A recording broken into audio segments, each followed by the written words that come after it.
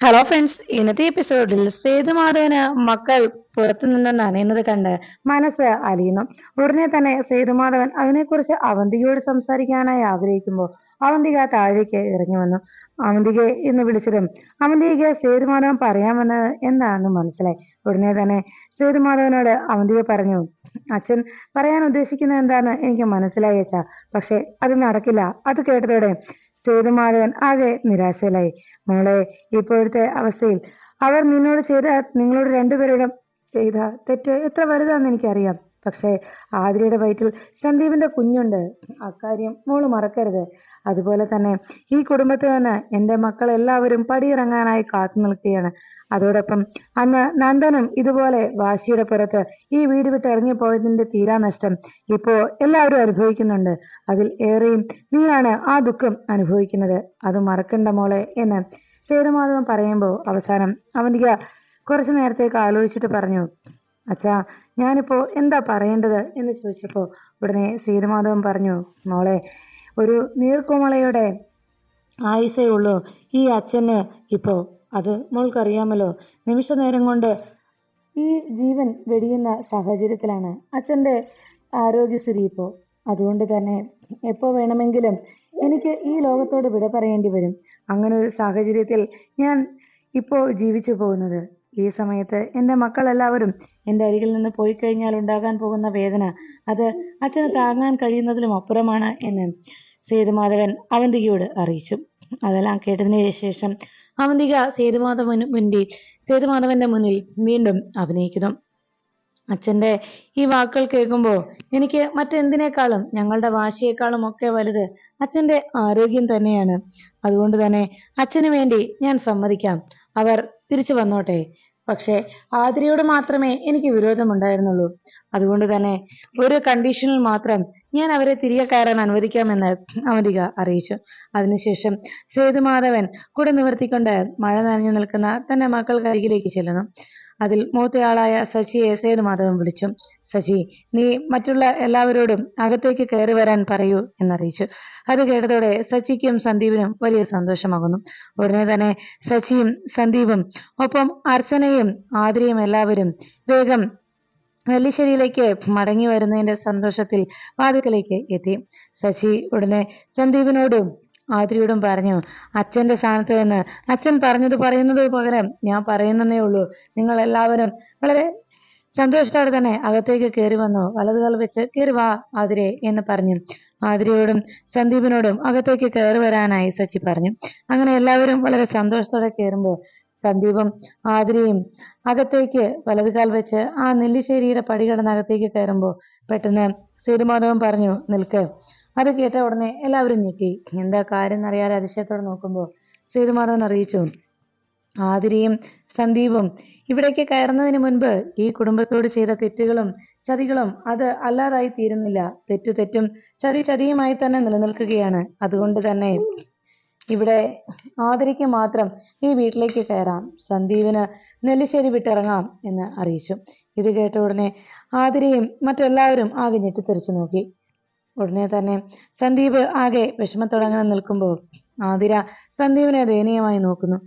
സേതുമാധവന്റെ ആ മറുപടി കേട്ടതോടെ ഉടനെ ശശിയും എല്ലാവരും ആശ്ചര്യപ്പെട്ട് നോക്കുമ്പോൾ ഉടനെ തന്നെ സേതുമാധവൻ അറിയിച്ചു, പറഞ്ഞത് ഞാനാണെങ്കിലും ഈ തീരുമാനം വന്നത് അവന്തികയിൽ നിന്നാണ്. അവന്തികയാണ് ഇങ്ങനെ ഒരു കണ്ടീഷൻ പറഞ്ഞത്. സ്വന്തം മകൻ വീട് വിട്ടിറങ്ങി പോകണമെന്ന് ഒരച്ഛൻ പറയുമെങ്കിൽ എത്രത്തോളമായിരിക്കും ആ മകൻ ചെയ്ത തെറ്റിന്റെ ആഘാതം എന്ന് നിങ്ങൾ മനസ്സിലാക്കുമെന്ന് ഞാൻ വിശ്വസിക്കുന്നെന്ന് സേതുമാധവൻ അറിയിച്ചു. അതെല്ലാം കേട്ട് കഴിയുമ്പോഴേക്കും ആകെ വിഷമത്തോടെ സന്ദീപ് നിന്നു. ഉടനെ തന്നെ ആതിരയും എല്ലാവരും അകത്തേക്ക് കയറണോ വേണ്ടോ എന്ന ആശങ്കയിൽ അങ്ങനെ നിൽക്കുമ്പോൾ സച്ചി സന്ദീപിന്റെ അരികിലേക്ക് എത്തിയിട്ട് പറഞ്ഞു, സന്ദീപ്, നീ തൽക്കാലം 1-2 ദിവസത്തേക്ക് നീ ഫ്രണ്ട്സിന്റെ ആരുടെയെങ്കിലും വീട്ടിൽ പോയി തൽക്കാലം നിൽക്ക്. ആതിരെ എന്തായാലും അകത്ത് കയറാമെന്ന് സമ്മതിച്ചല്ലോ. അതുകൊണ്ട് തന്നെ ഒന്നെങ്കിൽ നിനക്കിപ്പോ തീരുമാനമെടുക്കാം.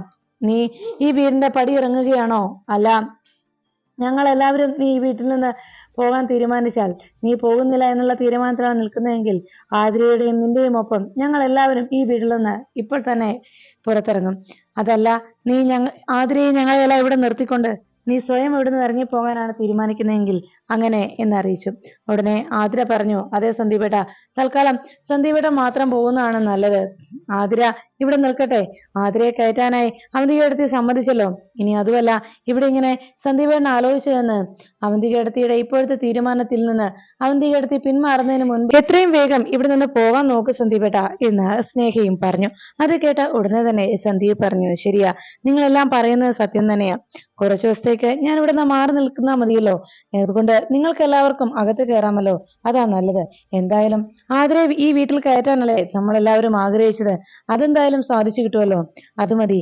എന്തായാലും ഞാൻ പോയിട്ട് വരാം ആതിരെ എന്ന് പറഞ്ഞ് സന്ദീപ് യാത്ര പറയുമ്പോൾ ആതിര ആകെ വിഷമത്തിലായി. സന്ദീപിനോട് ധൈര്യമായി പോയിക്കോളാനും ഇവിടെ ഞങ്ങൾ ഉണ്ടല്ലോ എന്നും അർച്ചനയും അറിയിച്ചു.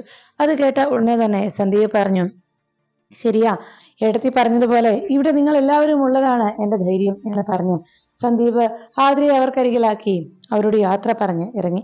ഈ സമയത്ത് അവർ അരികിൽ നിന്ന് സന്ദീപ് പോകുമ്പോ ആകെ വിഷമത്തോടെ സന്ദീപെ എന്ന് വിളിച്ച് ആതിര സന്ദീപിന്റെ അരികിലേക്ക് ചെല്ലുന്നു. സന്ദീപ് ആതിരയെ സമാധാനിപ്പിച്ചു. സാരമില്ല, ഇവിടെ എല്ലാവരും ഉണ്ടല്ലോ. 1-2 ദിവസത്തേക്ക് ഞാൻ ഇവിടെ നിന്നൊന്ന് മാറി നിൽക്കുന്നല്ലേ ഉള്ളൂ. എല്ലാവരുടെയും ദേഷ്യവും നിരാശയും ഒക്കെ, എല്ലാവരുടെയും പകയും വിദ്വേഷമൊക്കെ ഒന്ന് കുറച്ചൊന്ന് കെട്ടടങ്ങട്ടെ. ഇപ്പോഴും ഏടത്തിക്കാണെങ്കിൽ എന്നോട് ആകെ ദേഷ്യമാണ്. അനഘയെ വിവാഹം കഴിക്കാതെ ആദ്യ വിവാഹം കഴിച്ചതിനുള്ള ദേഷ്യം ഇപ്പോഴും അവന്തികേടത്തിക്ക് മാറിയിട്ടില്ല. അതുകൊണ്ട് തന്നെ അവന്തികേടത്തിയുടെ ആ ദേഷ്യമൊക്കെ ഒന്ന് മാറട്ടെ, അപ്പോ ഞാൻ മടങ്ങിയെത്താം എന്നറിയിച്ചു. ആതിര സന്ദീപ് ആ വീടിന്റെ പടിയിറങ്ങി പോകുന്നത് കണ്ട് വേദനയോടെ സന്ദീപെ എന്ന് വിളിച്ചുകൊണ്ട് സന്ദീപിന്റെ അരികിലേക്ക് ചെല്ലുന്നു. ആകെ സങ്കടപ്പെട്ടുകൊണ്ട് സന്ദീപിനോട് യാത്ര പറയുകയാണ് ആതിര. അതിനുശേഷം ആതിരയുമായി നേരെ വീട്ടിലേക്ക് അർച്ചന കയറി. അർച്ചന സന്ദീപിന്റെ റൂമിലെത്തിയ ആതിര സന്ദീപിനെ കുറിച്ച് താൻ ആ വീട്ടിൽ മുമ്പ് വന്നപ്പോ സന്ദീപിന്റെ റൂമിലേക്ക് വന്നപ്പോഴുണ്ടായ സന്ദർഭങ്ങൾ ഓരോന്നും ആതിര ഓർമ്മിച്ചു നിൽക്കുമ്പോ അരികിലേക്ക് അർച്ചന എത്തി. മോളെ, നീ തൽക്കാലം സങ്കടപ്പെടാതെ. ഇന്നു മുതൽ ഇത് നിന്റെ മാത്രമല്ല, സന്ദീപിന്റെ മാത്രമല്ല, നിങ്ങൾ രണ്ടുപേരുടെയും കൂടെ റൂമാണ്. പിന്നെ ഒരു കാര്യം മോള് സൂക്ഷിക്കണം. ഇവിടെ മോള് കയറാതിരിക്കാനായുള്ള പല ശ്രമങ്ങളും നടത്തിയ ആളുകളാണ് ഇവിടെയുള്ളത്, പ്രത്യേകിച്ച് അവന്തികേടത്തെയും അനഘയും. അതുകൊണ്ട് തന്നെ അവര് ചിലപ്പോൾ സ്നേഹമൊക്കെ അഭിനയിച്ചു വന്നേക്കും. ഒരു കാരണവശാലും അവരുടെ വലയിൽ വീഴല്. മോളത് പ്രത്യേകം ശ്രദ്ധിക്കണം. പോരാത്തതിന് ഇപ്പോ മോള് ഗർഭിണി ആയതുകൊണ്ട് തന്നെ കൂടുതൽ ശ്രദ്ധിക്കണമെന്ന് അർച്ചന ആതിരയെ ഉപദേശിച്ചു. ഞാൻ നോക്കിക്കോളാം ചേച്ചി എന്ന് ആതിര പറയുമ്പോൾ അർച്ചന ഒരു കാര്യം കൂടി ഓർമ്മിപ്പിച്ചു. മോൾക്ക് എന്താവശ്യം ഉണ്ടെങ്കിലും മോള് ചേച്ചിയോട് പറഞ്ഞാൽ മതി, ചേച്ചി അത് സാധിച്ചു തരാം. റൂമിൽ നിന്ന് മോള് തൽക്കാലം പുറത്തേക്ക് ഇറങ്ങണ്ട എന്ന് ആതിരയോട് അർച്ചന അറിയിച്ചു. എങ്കിൽ മോള് വേഗം ഫ്രഷ് ആയിക്കോ എന്ന് പറഞ്ഞ് അർച്ചന അവിടെ നിന്ന് പോകുമ്പോൾ സന്ദീപിന്റെ ഫോട്ടോയെ നോക്കി സങ്കടപ്പെട്ടുകൊണ്ടിരിക്കുന്നു ആതിര. ഈ സമയത്ത് റൂമിലെത്തി ഫ്രഷ് ആയി കഴിഞ്ഞപ്പോ അർച്ചന ആകെ വിഷമിച്ചിരിക്കുന്നത് കണ്ട് ശശി അരികിലേക്ക് എത്തിയിട്ട് പറഞ്ഞു, ഞാൻ സങ്കടപ്പെടാതെ, 1-2 ദിവസത്തെ കാര്യമല്ലേ ഉള്ളൂ. എന്തായാലും നമ്മൾ ആഗ്രഹിച്ചത് ആതിരയെ എങ്ങനെയാലും നെല്ലിശ്ശേരിയിലേക്ക് കൊണ്ടുവരിക എന്ന് തന്നെയായിരുന്നല്ലോ. അതെന്തായാലും ഇങ്ങനെ അത് സംഭവിച്ചതിൽ സമാധാനിക്കുകയല്ലേ വേണ്ടത് എന്ന് ശശി ചോദിച്ചതും അർച്ചന പറഞ്ഞു, ഒരു കണക്കിന് ആതിര ഇങ്ങനെയൊരു തീരുമാനമെടുത്തതും അവൾ ഇങ്ങനെ ഒരു തന്റെ ഇടം കാട്ടിയതും എന്തുകൊണ്ടും നന്നായി. അല്ലായിരുന്നെങ്കിൽ ഒരു പരിഹാരം ഈ പ്രശ്നത്തിന് ഉണ്ടാകാൻ പോകുന്നുണ്ട്. ഇനിയും ഈ പ്രശ്നം ഇതുപോലെ തന്നെ നിലനിന്ന് പോകുമായിരുന്നു. ഇപ്പോൾ എന്തായാലും ആതിര ഇവിടെ കയറ്റാൻ കഴിഞ്ഞു. അതുപോലെ തന്നെ എത്രയും വേഗം സന്ദീപിനെയും ഇവിടേക്ക് മടക്കി കൊണ്ടുവരണം. അച്ഛൻ ഇപ്പോഴും എന്നെ ഒരു ശത്രുവായി തന്നെയാണ് കാണുന്നത്.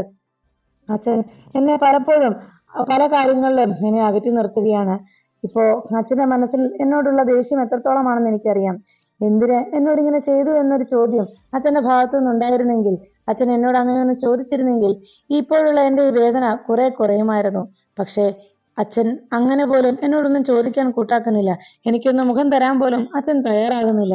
അതാണ് എന്റെ വിഷമം എന്ന് അർച്ചന സങ്കടത്തോടെ പറയുമ്പോൾ ശശി പറഞ്ഞു, എന്നാ ഒരു കാര്യം നമുക്ക് ചെയ്യാം, നമുക്ക് ഇപ്പൊ തന്നെ അച്ഛനോട് ചെന്ന് സംസാരിച്ചാലോ എന്ന് പറഞ്ഞതും അർച്ചന പറഞ്ഞു, വേണ്ട ശശിയേട്ടാ, അച്ഛൻ എന്തെങ്കിലും മുഖം കയർത്ത് പറഞ്ഞു കഴിഞ്ഞാൽ അതെനിക്ക് ഇതിനേക്കാൾ കൂടുതൽ വിഷമമാകും എന്ന് അർച്ചന അറിയിച്ചതും ശശി പറഞ്ഞു, എടോ, എല്ലാത്തിനും ഒരു പരിഹാരം വേണമെന്നുണ്ടെങ്കിൽ സന്ദീപിന്റെയും ആതിരയും കാര്യത്തിൽ, സന്ദീപിനെ തിരിച്ചു കൊണ്ടുവരുന്ന കാര്യത്തിൽ എല്ലാം ഒരു തീർച്ചയായും തീരുമാനം ഉണ്ടാകണമെന്നുണ്ടെങ്കിൽ ഇനിയെങ്കിലും അച്ഛനോട് എല്ലാ കാര്യങ്ങളും തുറന്ന് സംസാരിക്കണം.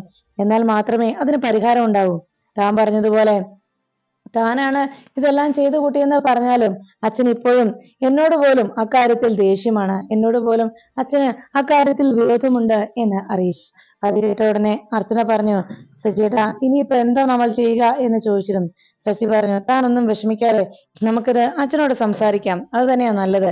അപ്പോഴാണ് ആതിര ഫ്രഷായിട്ട് റൂമിലേക്ക് വന്നതും കണ്ണാടിക്ക് മുന്നിൽ ആതിര അങ്ങനെ നിൽക്കുമ്പോ ആതിരയെ കണ്ട് സംസാരിക്കുവാനായി അനഘ റൂമിലേക്ക് കയറി വന്നു. ആതിര സീമന്തരേഖയിൽ സിന്ദൂരം ചാർത്തുന്ന സമയത്ത് അവിടെ വന്ന കാഴ്ച കണ്ടുനിന്ന അനഘ പറഞ്ഞു, കൊള്ളാം, ഇപ്പോ സന്ദീപിന്റെ റൂമിലേക്ക് നീ വന്നു അല്ലെ? നീ ആഗ്രഹിച്ചതുപോലെ തന്നെ നെല്ലിശ്ശേരിയിലെ മരുമകളായി നീ ഇവിടെ തന്നെ കയറിപ്പറ്റി. പക്ഷേ സന്ദീപിന് ഇനി ഒരിക്കലും ഒരു മടങ്ങിവരവ് ഉണ്ടാകുമെന്ന് നീ പ്രതീക്ഷിക്കണ്ട എന്ന് അനഘ ആതിരയോട് പറയുന്നു.